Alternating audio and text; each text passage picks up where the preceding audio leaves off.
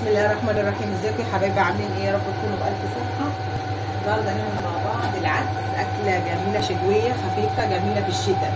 تاكل في الشتاء. معايا من العدس اهو الأصفر، أنا غسلاه ونقعاه اهو، ومعايا الجزر والطماطم، ومعايا البصل، ومعايا قرن شطة اهو، ومعايا الشعرية بتاعتي، عاملة عدس بشعرية، ومعايا التوابل بتاعتي اهي، معايا مكعب مرقة، معايا فلفل اسمر وشطة وكمون وملح.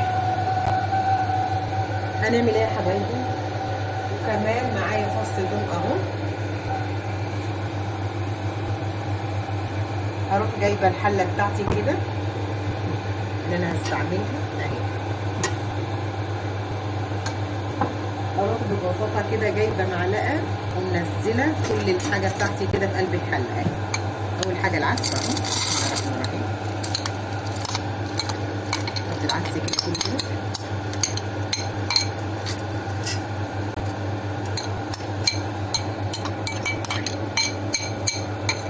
اهو، وبعد كده هروح منزله الجزر بتاعي برضو اهو، ومعاه فصين الثوم بتوعي اهو،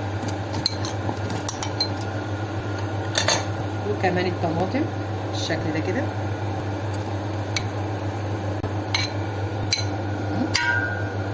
وقرن الشطه اعمله نصين كده اهو وهحطه، والبصل يعني مثلا ايه 4/4 البصليه كده بالشكل ده كده،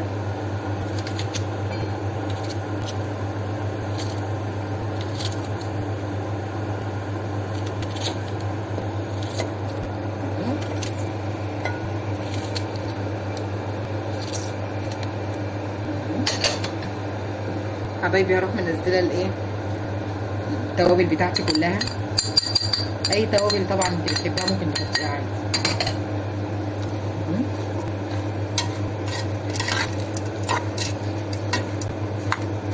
قلب كده. اي خضروات ممكن تحبيها تحطيها في لو في بطاطسايه وعايزه تحطيها ممكن تحطيها عادي يعني اهو بالشكل ده كده. وعندي ميه تغلي او تقلب، هروح جايباها كده ميه سخنه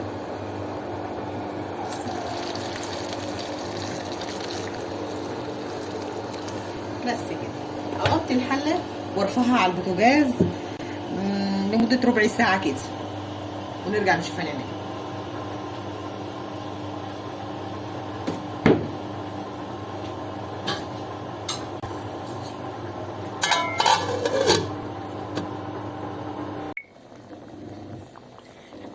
العدس اهو يا حبايبي، بصوا كده عشان نشوفوا العدس استوى لازم نيجي على اجمد حاجه اللي هو الجزر استوى اهو بالشكل ده كده، استوى اهو اهو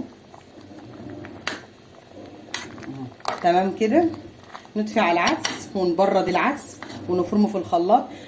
وانا عايزه اقول لكم على حاجه، العدس ما نغطيش كده وهو بيستوي، هيفور كده اللي يفر من الحله كلها كده، وده هو اللي وبهدل الدنيا. فاحنا لا نخلي الحله مكشوفه كده اهو. العدس طعمه حلو ولا عايز ملح ولا عايز اي حاجه، مظبوط كده. فهو يبرد العدس واطفي عليه خلاص اهو. يهدى العدس وهفرمه في الخلاط ونرجع مع بعض نشوف هنعمل ايه. خلاص يا حبايبي اهو، ده فرمنا العدس في الخلاط شوفوه. هنحطه بقى ايه على البوتاجاز ونشوف هنعمل ايه. انا حطيت الطاسه على البوتاجاز، هحط فيها بقى ايه حبه زيت كده للشعريه اللي هنحمرها اهو،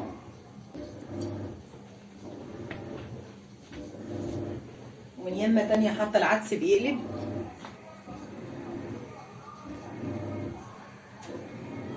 اهو، حاطه العدس بيقلب واحط الشعريه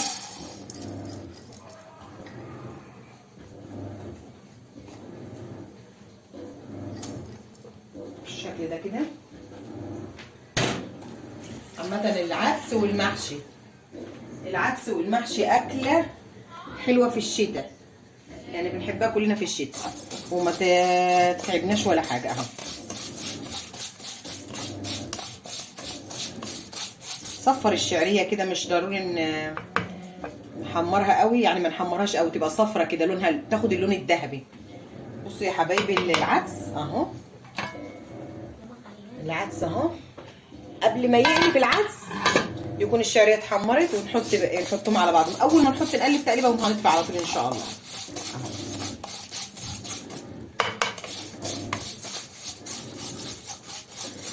في ناس بتحط بدل الشعريه رز،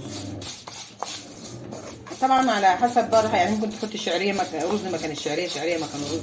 فعامه العدس بشعريه ده جميل جدا.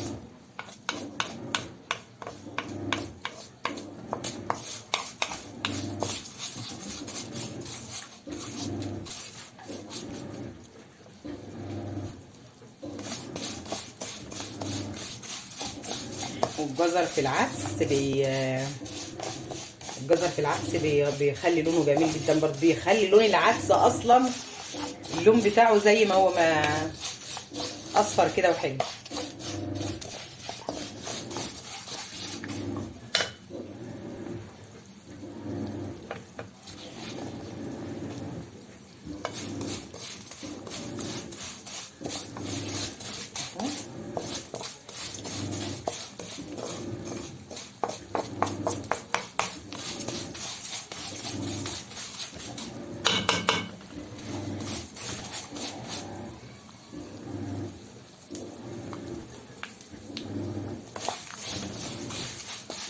انت بقى لو عايزه تحطي كمان فص ثوم متحمر تدقيه، تروحي فاتحه يعني كده اهو، تروحي حاطاه يتحمر مع الشعريه. عارفين الثوم بيحمر على طول يعني زي الشعريه بالظبط.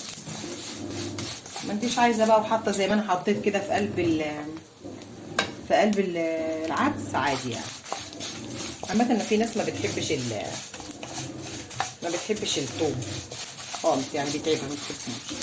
انا حطيت فص واحد كده ريحه اللي يخلي ريحه العدس حلوه، وبيعمل بيخلي طعمه حلو برضه.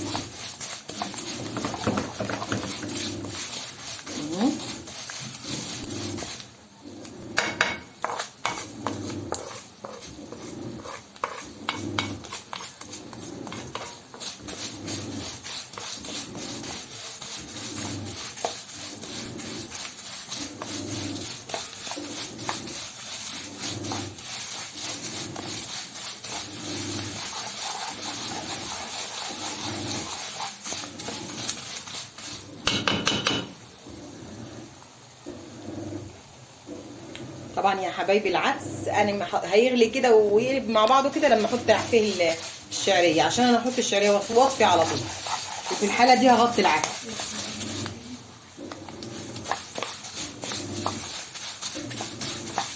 ياخد اللون تاني اهو.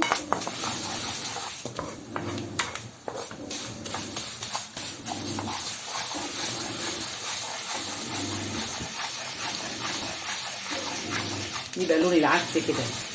انا عايزه الشعريه بالصوت تحمر ازاي، انا عايزاها تبقى يعني لون العدس عشان ما تبقاش باينه فيه. بس احمرها قوي لا، ما احمرهاش قوي.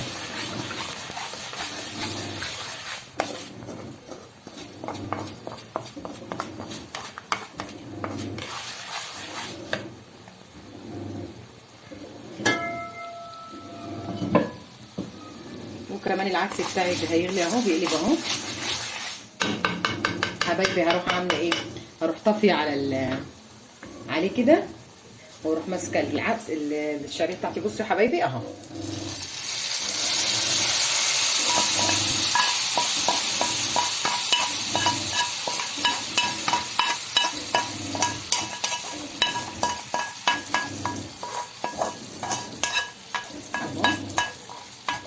على ما العدس يقلب. بصوا يا حبايبي انا فيها اهو. الله على ريحه العدس، جميله جميله جدا.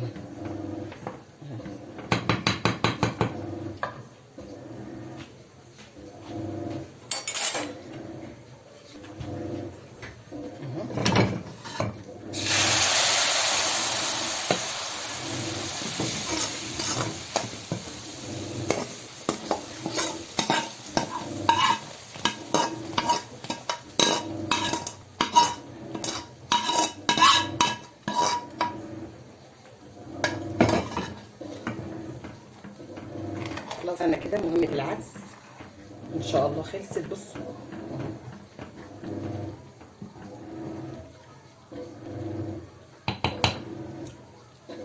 قلب العدس اهو. خلاص كده اطفي على العدس اهو، طفيت عليه وهغطي عليه مش اقل من 5 دقايق واروح غرفه، ونيجي نغرفه مع بعض ونشوف عدسنا زيه ايه.